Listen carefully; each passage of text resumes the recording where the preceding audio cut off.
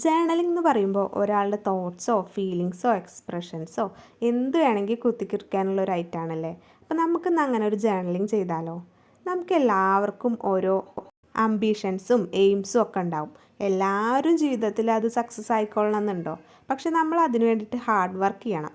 അതല്ലേ നല്ലത്.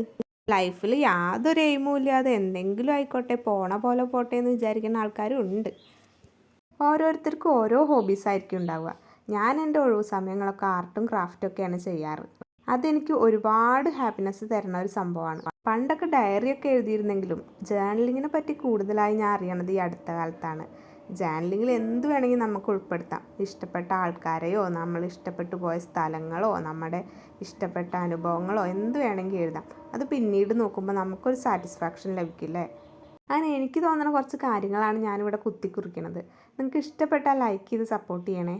പിന്നെ കുറച്ച് ദിവസം മുന്നേ ഞാനൊരു ഗിവ് അവേ അനൗൺസ് ചെയ്തിട്ടുണ്ടായിരുന്നു. അതിൻ്റെ റിസൾട്ട് ഇതുവരെ പറഞ്ഞിട്ടില്ല. ഇന്നാണ് ഞാൻ അതിൻ്റെ റിസൾട്ട് പറയാൻ പോണത്.